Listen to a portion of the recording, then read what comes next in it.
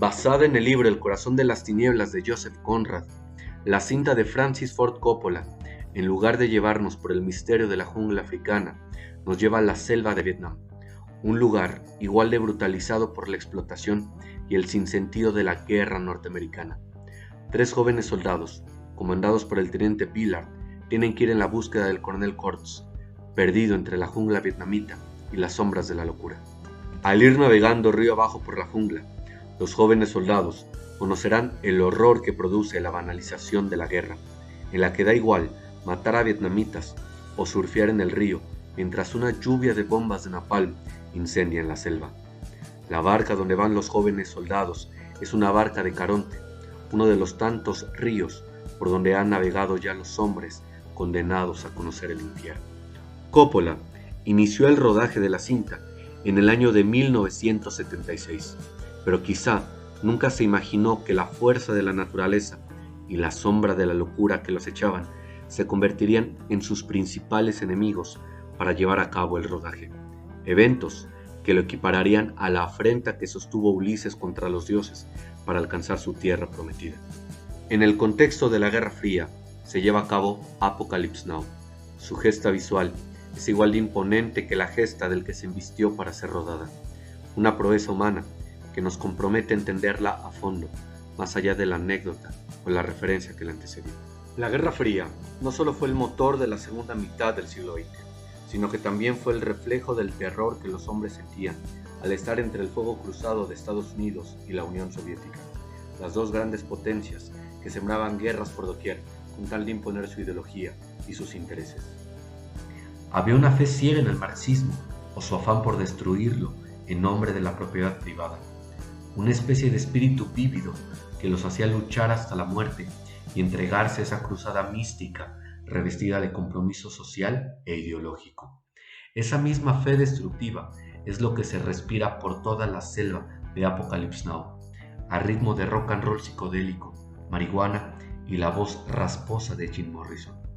Era un viaje sin terminal por donde transitaron las más descabelladas ideas, los más desproporcionados ímpetus, la megalomanía de un cineasta que se unió en toda su intensidad a la atmósfera de la selva, el LSD y un equipo de rodaje que todo el tiempo iba a contrarreloj. Esa belleza destructiva y caótica sería la síntesis perfecta del rodaje de la cinta. La serie de dificultades por las que atravesó el rodaje se extienden al infinito como las palmeras en la selva vietnamita.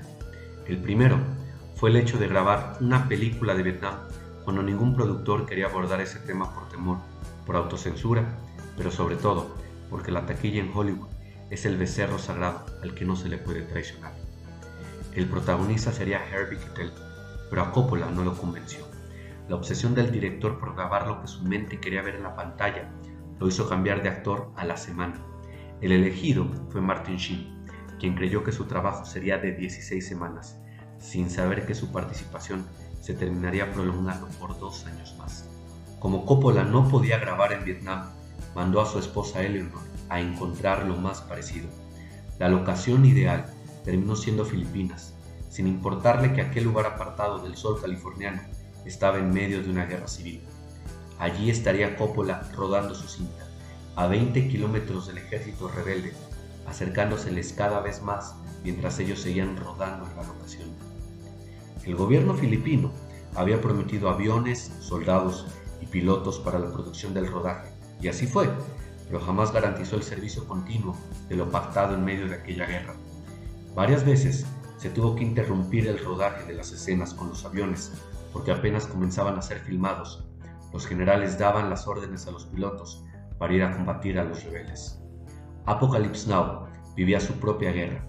También estaba en el fuego cruzado, como todos esos jóvenes norteamericanos, enloquecidos lentamente por la guerra sin sentido del imperio. No solo la fuerza del dinero, el ego de los actores y los días a contrarreloj saboteaban la producción, sino que también un tifón arrasó con Filipinas mientras se rodaba la cinta.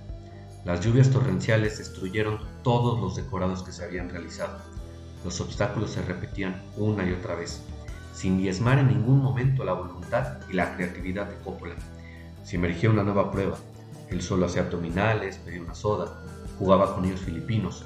o daba una cena a su staff por los 100 días de rodaje. Los personajes de la cinta, entre más se sumergen en la selva, con mayor fuerza se tienen que enfrentar a la atmósfera onírica e inquietante que lo envuelve todo y que se respira en cada uno de los fotogramas. Los claroscuros tenebristas, el montaje hipnótico, los tambores retumbando a mitad de la selva, mientras que la tribu baila con frenesí y delirio, las bengalas iluminando lo poco que queda de la luz y la conciencia de los hombres, el rostro de Billard emergiendo del pantano a mitad de la madrugada. La locura está en cada una de las imágenes, porque la locura era la esencia que había contagiado a cada una de las cámaras con las que se filmó la cinta. Martin Sheen, quien interpretaba a Billard, estuvo al borde de un paro cardíaco a consecuencia de esa presión. Los actores se drogaban para poder experimentar lo que sentían los soldados en la guerra y soportar las intensas jornadas de trabajo. Todo apuntaba hacia la falta de control y la ausencia de algún respiro. El carácter insoportable e indiferente de Marlon Brando se sumó a las batallas que se debían de enfrentar en medio de la humedad y los mosquitos. Las 3 semanas de retraso del rodaje llevaron al representante del actor a decirle a Coppola que Brando no actuaría en otras fechas de las que ya habían sido pactadas y se quedaría con el $1.000.000 de anticipo que ya le había dado la producción para sus escasos planos. Coppola batalló, amenazó con echarlo, con llamar a Robert Redford o Jack Nicholson para que hiciera lo que Brando desdeñaba y cuya arrogancia habitual más de un productor tuvo que soportar. Pero imaginar un primer plano de esta cinta sin la quijada dura y salida de Brando, sin esa fuerza que hay en el menor de sus gestos y esa respiración dilatada con la que dice cada una de sus palabras, el horror, no hubiera sido igual. El peso de la selva vietnamita que Apocalypse Now logró darle volumen se hubiera desbaratado sin la voz grave y destructiva de Brando al decir esas palabras mientras Billard lo mata y consigue expiar un poco de la inmensa locura que todavía falta curar en medio de ese lugar perdido y olvidado por la guerra. El horror. Las últimas frases del libro de Joseph Conrad, resumido en unos ojos que se pierden en el techo de un templo sin tiempo, y la voz agónica de Brando. Marlon Brando es como una fuerza propia, diría Coppola de él. El director llevaba ya 2 años y medio de grabación, 200 días de rodaje. Apocalypse Now no era ya solo una película, era su vida. Había hipotecado su casa, estaba al borde de la quiebra, pero él, la producción y su esposa seguían resistiendo aunque las cosas bordearan cada vez más el sinsentido, la búsqueda de que aquello por fin fuera a acabar. Los diarios, la prensa, no dejaban de poner en los encabezados del periódico Apocalypse When. Para todos en Hollywood, continuar con un rodaje con tantos obstáculos era un despropósito. Coppola, igual que los hombres que adoraban a Corpse, había enloquecido. Esa locura se puede apreciar en el montaje en el que se confunde el asesino Billard para matar a Corpse y la tribu enfebrecida que descabezan al caribú a ritmo de tambores frenéticos que no pueden parar. Esos aborígenes que han confundido a un hombre con un dios lo trastocan todo, desdibujan los límites entre la cordura y el delirio. En cada cuadro hay sudor, una neurona que muere, un grito que se ahoga en la selva, una bocanada de marihuana que se necesita exhalar para perpetuar el éxtasis y un rodaje que se resiste a morir, aunque hubieran sobrepasado por $3 millones más su presupuesto original. Coppola, ya casi al final del rodaje, perdió el conocimiento y se desplomó. Pensó que iba a enloquecer, pensó en suicidarse, aventarse de una barranca, calculó cuántos metros necesitaba para morir, se colocó una pistola en la sien, estaba rebasado. La locura de la que habla la cinta se reproducía en su mente. El corazón de las tinieblas por fin ya había llegado a su alma. Apocalypse Now no fue solo el viaje extraño y retorcido de Billard, obrando trastornado siendo adorado como Dios, sino que también se convirtió en el viaje de un director hacia su locura, que debe permanecer en este estado de éxtasis insano si quiere mantener la cordura y seguir rodando en condiciones que ya no le son propicias. 3 años después había terminado el rodaje. Contrario a lo que todos habían pronosticado, Coppola, su esposa Eleonor y sus 4 hijos regresaban a California. El respiro y la superficialidad de Hollywood los esperaban para reconfortarnos. Terminar esta travesía con un cierre meritocrático me parece desdenable. Sería desvirtuar el honor que se ganó Coppola con su megalomanía al rodar su película.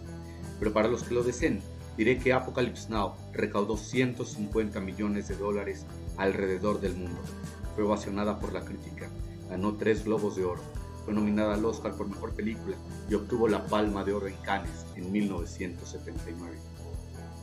Pero aquellos triunfos no son lo importante desde el logro del artista, serán acaso importantes para la industria, que le permitió su sobrevivencia como cineasta. Para el artista lo que importa es lo que gana en su proceso. Coppola, cuando estuvo al borde de la locura, se preguntó: ¿estoy haciendo una mala película? ¿Por qué no tengo el valor de decir que esto no sirve? Quizá porque la respuesta, desde tiempos de la Odisea, es que lo importante no es llegar al destino fijado, sino sobrevivir al viaje. Saber que la historia del cine estaría incompleta si esa película imposible de rodar jamás se hubiera hecho. Si te gustó este video ensayo, recuerda de darle like, suscribirte, sugerirme más comentarios. Muchas gracias.